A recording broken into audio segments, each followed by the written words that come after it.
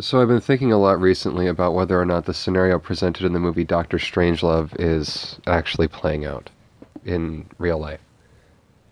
And if you don't know that scenario or you haven't seen the film, uh, first of all, shame on you. Go do so.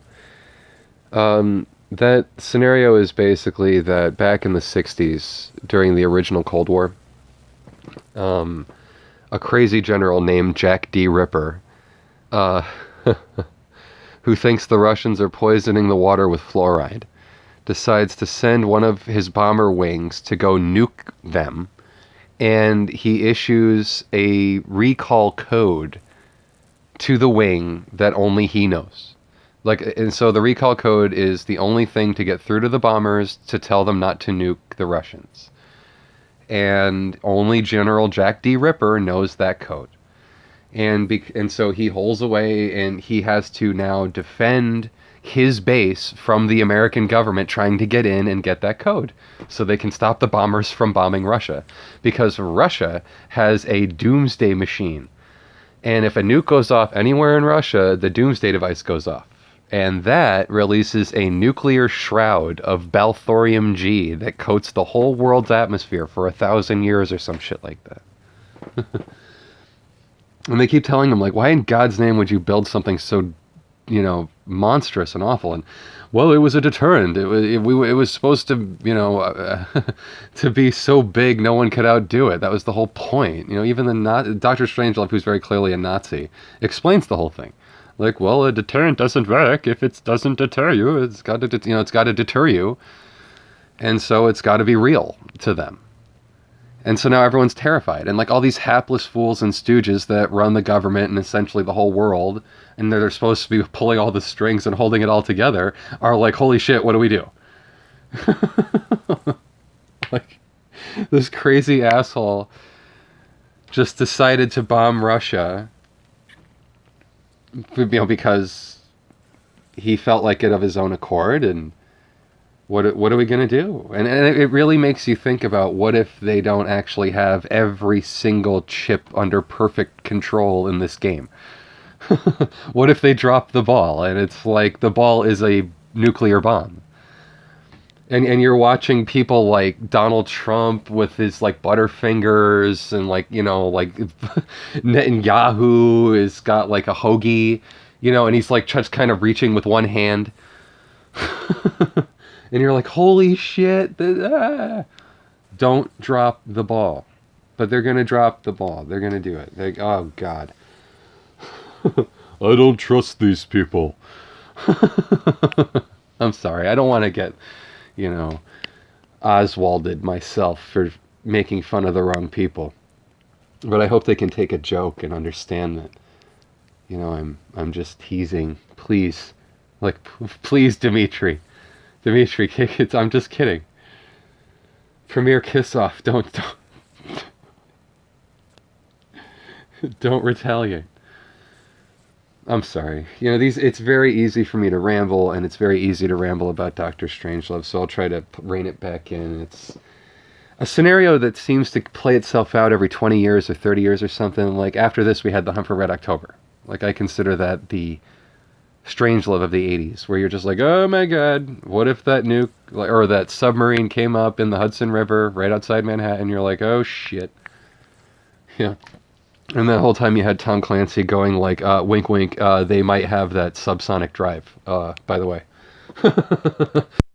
So every 20 or 30 years there's this nuclear doomsday scenario that plays out between the US and Russia.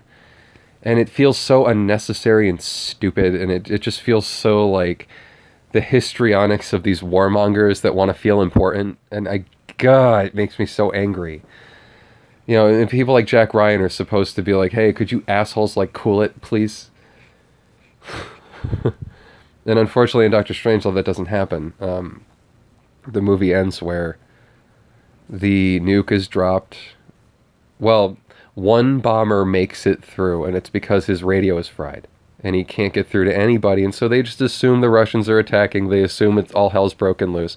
They assume that they're fulfilling their patriotic duty as the last remaining soldiers. They really do think they're doing, God's work. They drop their bomb, it sets off the doomsday machine, and now Dr. Strangelove is presenting his scenario to the president and to the United Nations and the Joint Chiefs, or whoever they're supposed to be. And he's basically like, well, there'll be 6 females to each male, and, we could preserve 200,000 of our species easily. And it's just like, would you really want to live underground like rats under fluorescent lights for thousands of years because something easily preventable happened? Because a bunch of hapless idiots dropped the ball, and the ball happened to be a nuclear bomb.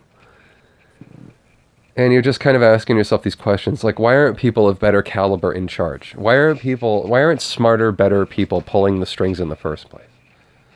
And you start to ask yourself, if all the world is the stage, I don't know what I've said before, I'll say it again, but if all the world is a stage, why would this be the play they choose to put on it? It's stupid.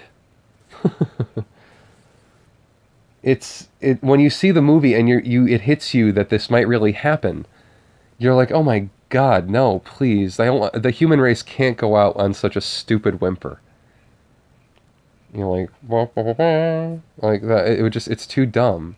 And so I recommend a space race as opposed to a nuclear arms race.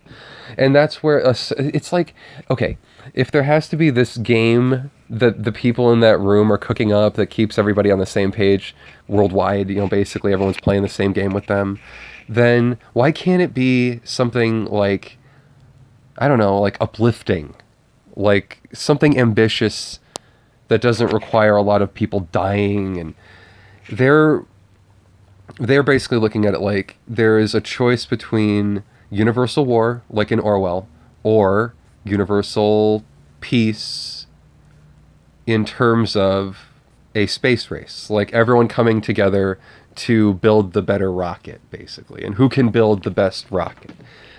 And it's, a lot of money goes into that shit too. A lot of industry goes into that too. And the military-industrial complex is happy about all that crap.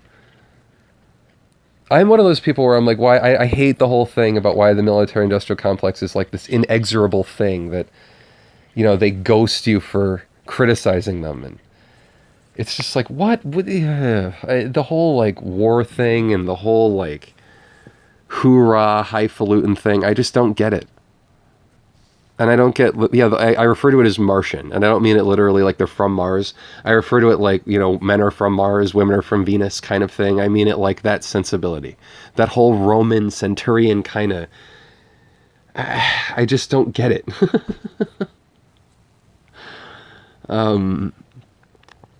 It's pointless, it's stupid.